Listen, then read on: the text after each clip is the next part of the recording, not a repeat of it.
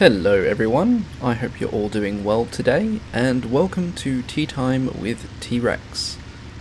This is, I'm hoping, the first in a series of videos where I'll periodically discuss things related to the channel. I'm not sure how often I'll do these sorts of videos yet. I guess it will probably depend on how much I have to talk about, but I will probably do these once a month or once every 2 months, like a lot of other content creators seem to be doing. I think these videos are a good opportunity for me, I guess, to talk about things that might not normally warrant their own videos, especially if it's a bit off topic compared to my usual stuff. For example, I might use these videos to show off some of the other stuff that I do outside of gaming, be that my music, random DIY stuff that I attempt to do around the house, or even my pets, as I started collecting tarantulas and other creepy crawlies last year, and that's been a really fun and educational journey for me so far, so I sort of want to share some stuff in relation to that. So who knows, maybe you'll see some cool tarantula videos once the babies have grown up a bit, as they're still quite small right now.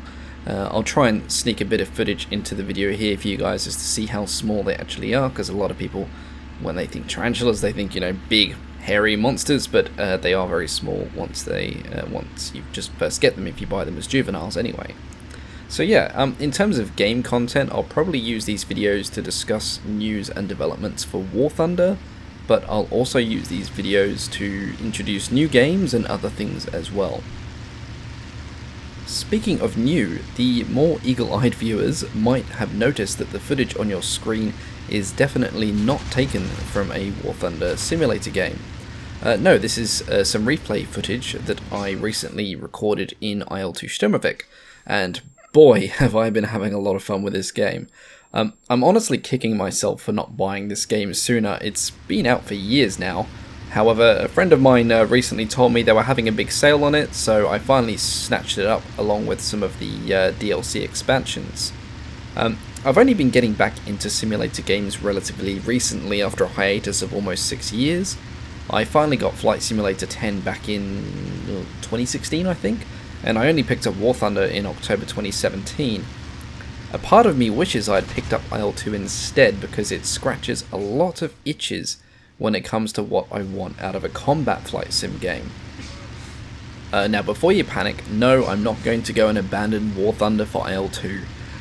War Thunder has a lot in it that IL-2 doesn't, and vice versa, so I'm going to try and split my time between them. I've also been playing DCS World as well, but I much prefer historical games set around World War II over modern combat flight sims. So I'm still a bit on the fence about whether or not to invest time in DCS content on top of the additional time that I'm now going to be spending working on stuff with IL-2, along with the War Thunder content that I'm already working on.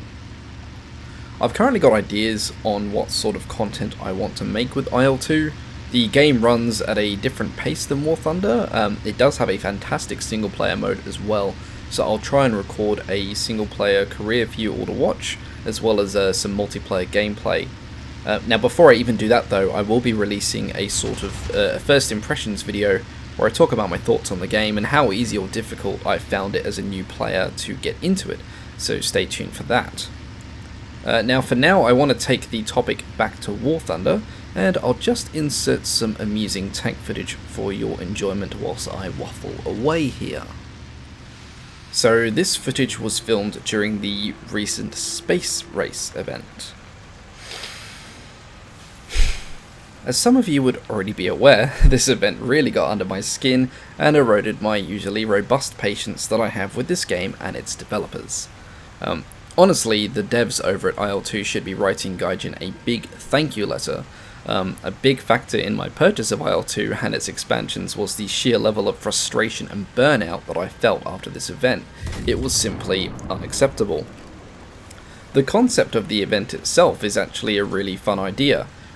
When you play the game, you earn parts to assemble something, and at the completion of the assembly, you get a new tank or boat or aircraft to play with. It's brilliant. It should be easy to do. But the execution of the event, my god, it still makes me angry. And I'm not going to go on too much about this because the topic of the space race has already been talked about to death, but I will quickly explain my personal frustrations with it. So number one, As a whole, the War Thunder community has provided overwhelming feedback in the past that we don't like these assembly events in the current way that Gaijin has been doing them. So I'm left to wonder, are the devs simply ignoring us? Do they really value the marketplace above the player base, or is it simply too hard, air quotes, to do these events in a different format? I'm probably betting that it's all three, which takes me on to point number 2, which is itself my frustrations with the marketplace. Now, let me just start by saying that I'm not opposed to the marketplace in general, even when it comes to events. If people want to buy resources to speed up the event so that they can unlock stuff quickly, so be it. What I do oppose is the mandatory requirement of the marketplace if you want to complete the event in its entirety. You could not get all 4 vehicles in this event without using the marketplace and spending money. Having the marketplace as an option of speeding up the grind is one thing, but making it completely mandatory in order to finish the event, it's just bloody insulting. Like, it's just a slap in the face to those that just want to enjoy the game and have fun, you know. And speaking of grind, we had 2 weeks to complete this event. 2 weeks.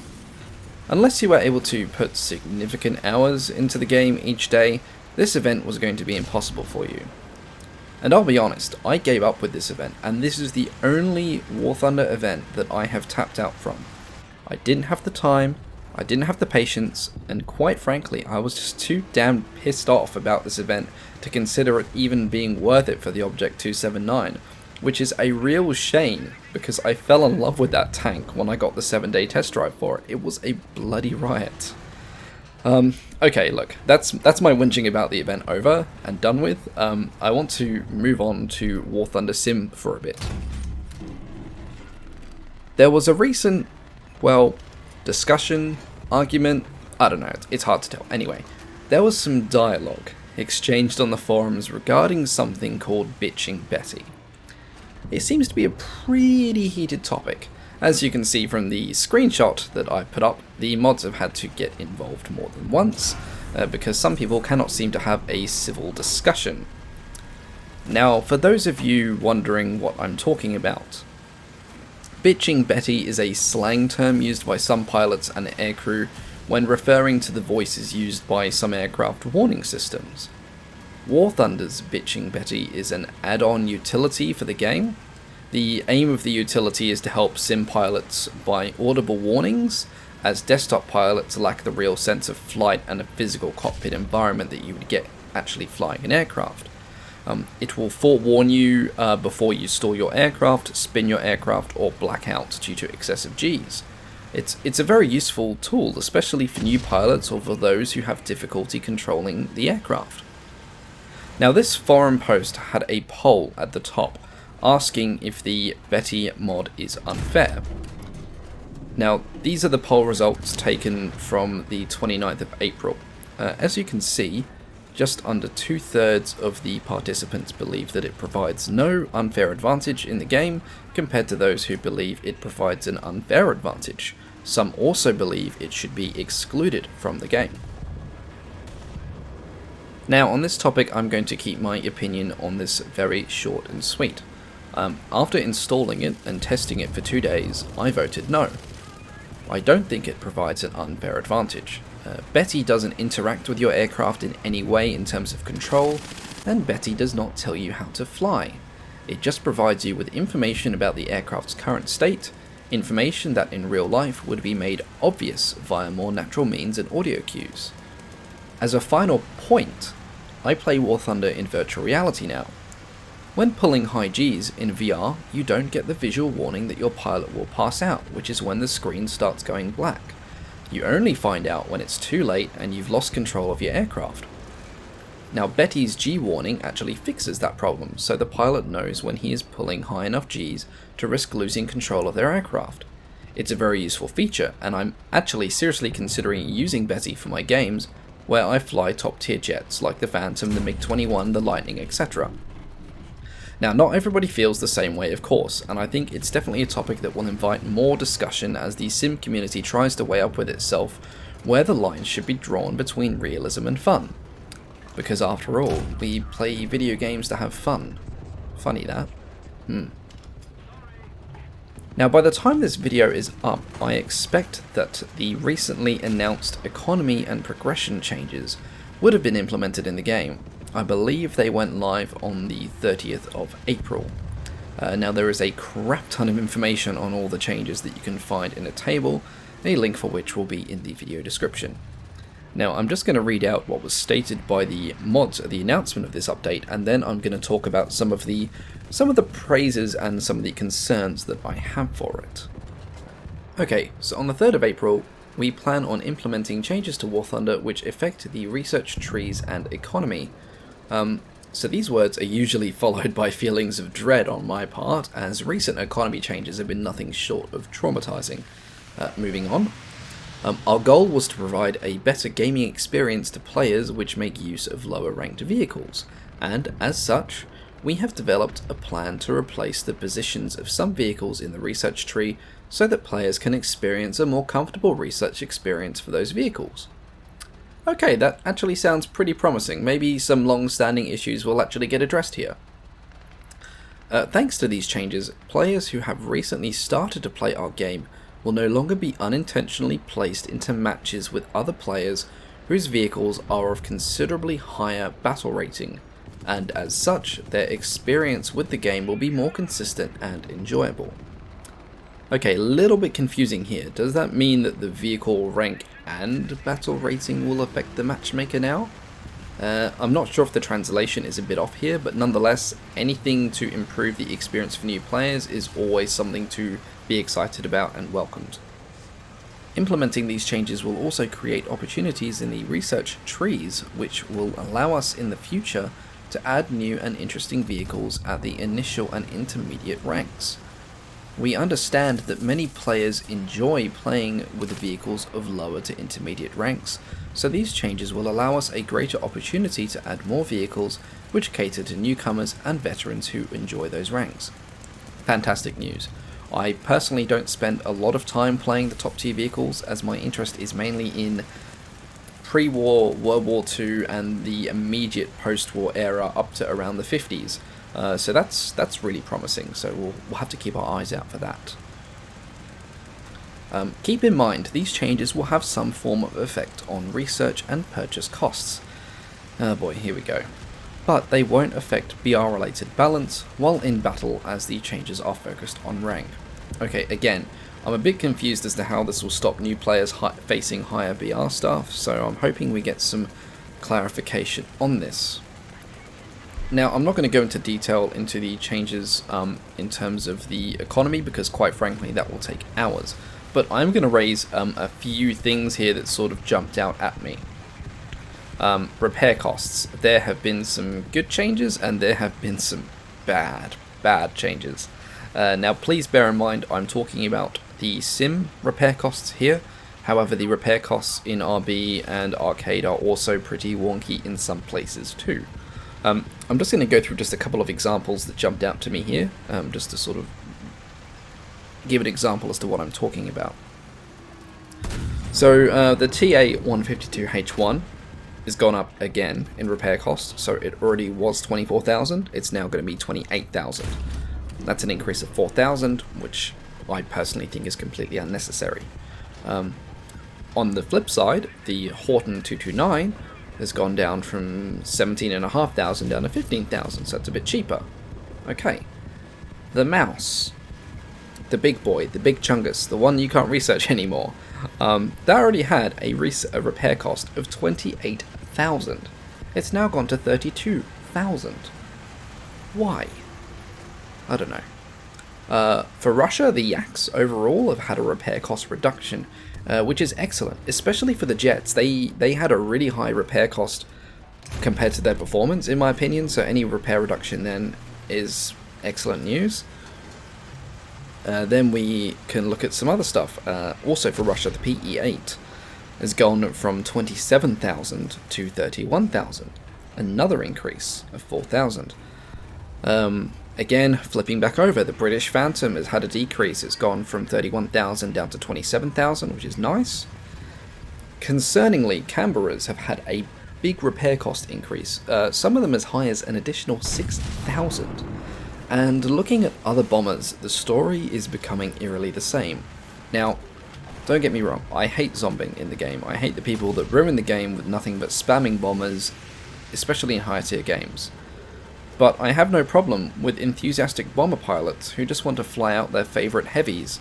So seeing these repair costs increasing is really disappointing, because it's going to discourage people from playing the aircraft they want, which is not meant to be the aim of any game change, So, concerning to see those costs go up again, and no doubt a lot of people are going to be frustrated by that.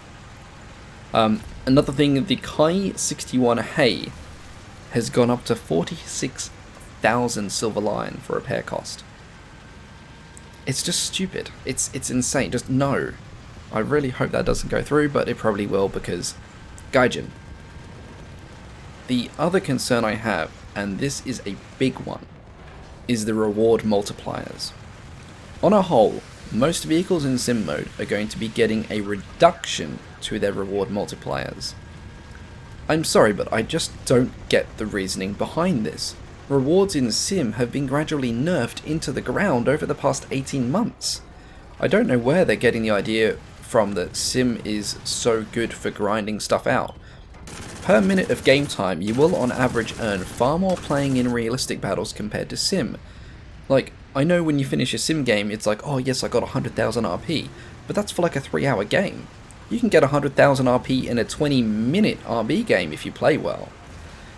This just feels very contradictory to Gaijin's statement that they are trying to reduce the grind, and I sincerely hope they listen to feedback on this, because if they keep nerfing reward multipliers into the ground, it's just going to kill people's want to play it.